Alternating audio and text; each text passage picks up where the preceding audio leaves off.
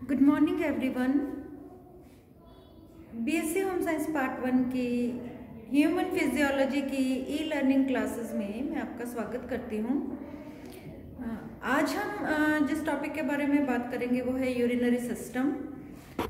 Urinary system में जो main organ है वो है किडनीज, या जिसे हिंदी में कहते हैं वृक्क। किडनीज हमारे शरीर का एक फिल्टर है और ये ब्लड को फिल्टर करती हैं। ब्लड में जो भी अशुद्धियाँ हैं, जैसे यूरिया है, यूरिक एसिड है, क्रिएटिनिन है, कुछ इलेक्ट्रोलाइट्स हैं, हो सकता है अंदर कोई बॉडी में इन्फेक्शन है तो डेड एपिथेलियम सेल्स हैं, पस है, तो इस तरह की जो इम्प्योरिटीज़ हैं वो किडनी के द्वारा फिल्टर होती हैं। और वृक्क का प्रमुख कार्य क्या है? यूरिन फॉर्मेशन, यूरिन का निर्माण, जो कि यूरिनरी ब्लैडर में संग्रहित होता है और यूरेथ्रा के द्वारा एक निश्चित अवधि के बाद शरीर से उत्सर्जित हो जाता है। तो आज हम पढ़ेंगे यूरिनरी सिस्टम के बारे में। यूरिनरी सिस्टम उत्सर्जन तंत्र का एक प्रमुख भाग है। इसे एक्सक्रीटरी सिस्टम कह सकते हैं, और अगर मोस्ट प्रिसाइजली अगर हम बात करें तो इसे हम रिनल सिस्टम कहते हैं। किडनी से संबंधित कोई भी टर्मिनोलॉजी है तो उसके आगे रिनल लगता है, जैसे renal artery, renal vein, renal diseases जैसे नेफ्राइटिस है टाइप 1, टाइप 2, तो उसे हम क्या कहेंगे? रिनल डिजीजेस या रिनल स्टोन्स हैं। तो आज हम बात करेंगे यूरिनरी सिस्टम के बारे में। तो ये आप डायग्राम देख सकते हैं, यहाँ पे दो किडनीज दिखाई दे रही है। हमारे शरीर में दो किडनी होती हैं। किडनी से दो लंबी नलिकाएं निकलती हैं जिन्हें यूरेटर्स कहा जाता है, और ये दोनों यूरेटर्स कहाँ खुलती हैं? यूरिनरी ब्लैडर में। यहाँ पे यूरिन संग्रहित होगा और फिर यूरेथ्रा से या यूरेथ्रा द्वारा शरीर से उत्सर्जित हो जाएगा।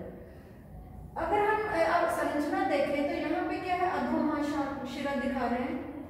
अधोमहाशिरा किडनी में शुद्ध रक्त को लेके आती है, इसकी ब्रांच। अधोमहाशिरा की जो ब्रांच है वो अशुद्ध रक्त को कहाँ लाएगी? वृक्क में।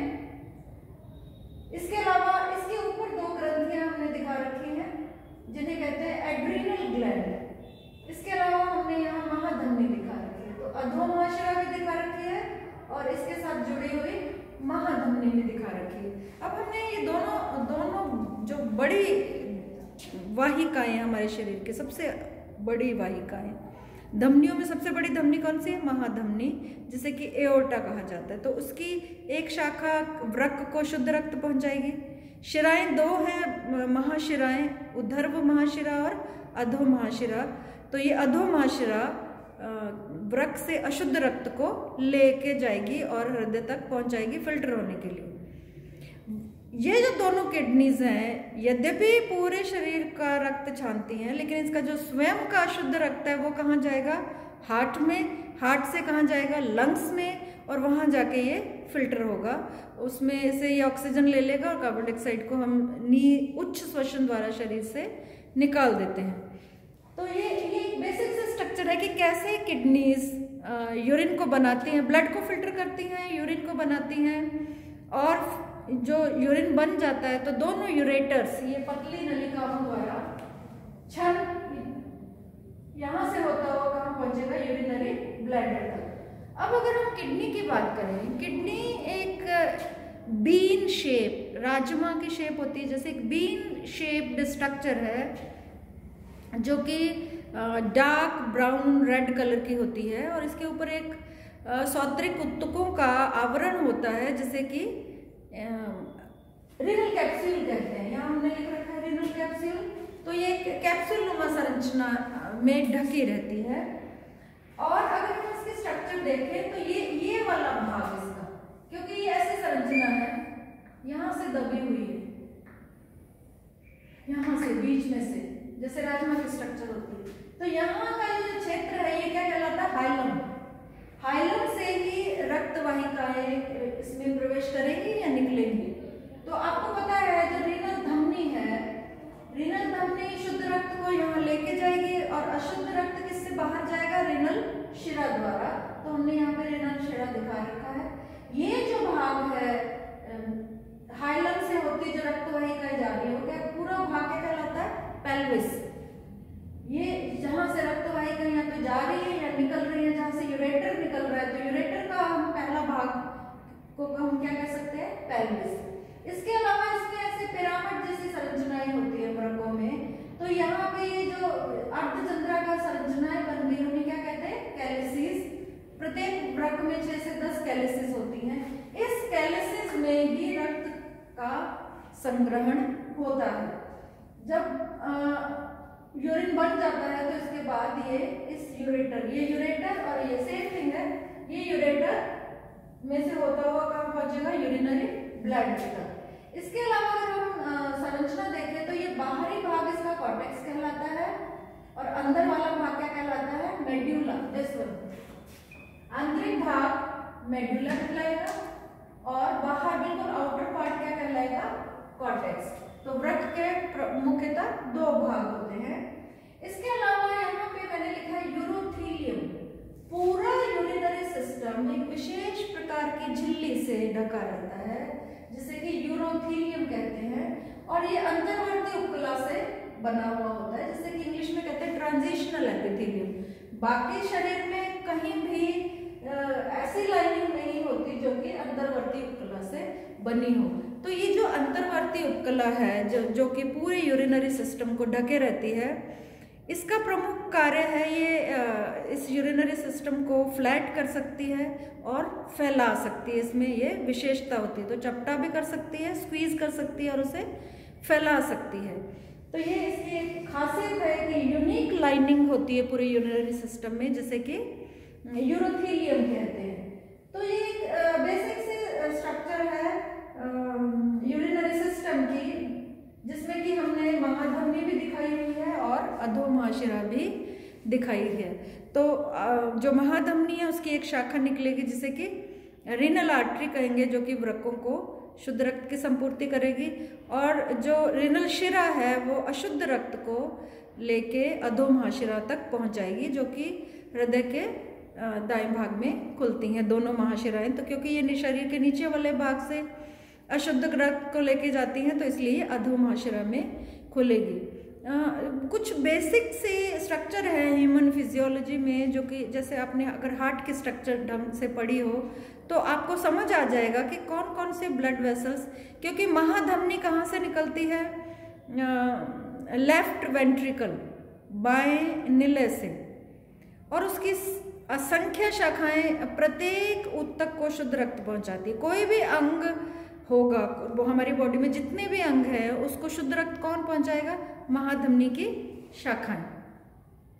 तो ये हमें ध्यान में रखना है। और अशुद्ध रक्त कौन लेके आएगा? ऊपरी हिस्से का ऊर्ध्व महाशिरा और जो शरीर का नीचे वाले भाग धड़ से नीचे वाला हिस्सा है वो अधोमहाशिरा, वो दोनों अशुद्ध रक्त को एकत्रित करती हैं और कहाँ पे पहुंचा देती हैं? दाएं आलिंद में, दाएं आलिंद से दाएं निले में। तो हार्ट की स्ट्रक्चर बहुत जरूरी है क्योंकि वो ब्लड पंप कर रहा है। हार्ट का प्रमुख कार्य क्या है? पूरे शरीर को ब्लड पंप करना। तो जो हार्ट से जुड़ी हुई ब्लड वेसल्स हैं वो हमें बहुत अच्छे से पढ़नी है। सारे कंसेप्ट आर्टरीज और वेन्स के आपको हार्ट के स्ट्रक्चर से ही क्लियर होंगे, उसके हिसाब से फिर आप बाकी सभी ऑर्गन्स में आप आसानी से लिख सकते हो। हमने पिछले चैप्टर में लिवर पढ़ा था, तो लिवर को जो ब्लड पहुंचाता है वो क्या है? Hepatic artery. वहाँ से जो अशुद्ध रक्त लेके जाएगा वो क्या है? Hepatic when. लेकिन लिवर में हमने दोहरी व्यवस्था पढ़ी थी रक्त की, तो वहाँ पे पोर्टल वेन भी जाएगी जो कि इंटेस्टाइन से जुड़ी है शुद्ध रक्त पोषक तत्व युक्त रक्त को लेके। तो इसलिए लिवर में पोषक तत्व संग्रहित होते हैं क्योंकि पोर्टल वन वहाँ तक जाती है। तो इसी तरह से हम यहाँ हमने किडनीज में पढ़ना है। तो ब्लड वेसल्स के बारे में हमें बहुत अच्छे से तभी नॉलेज हो सकती है जब हमें हार्ट के स्ट्रक्चर है, क्योंकि ब्लड पंप करने का काम हार्ट ही करता है पूरी बॉडी को और हर ऑर्गन को है। उस उन्हीं की शाखाएं है सभी एओर्टा की शाखाएं जो कि ऑक्सीजनेटेड ब्लड को, जैसे कि हम प्योर ब्लड कहते हैं या हिंदी में शुद्ध रक्त कहते हैं, वो डिफरेंट ऑर्गन्स तक लेके जाएगा। और जो अशुद्ध रक्त जिसे कि हम इम्प्योर ब्लड कहते हैं या डी ऑक्सीजनेटेड ब्लड कहते हैं, मीन्स जिसमें कार्बन डाइऑक्साइड की अधिकता हो और ऑक्सीजन की कमी हो तो वो क्या होगा, अशुद्ध रक्त।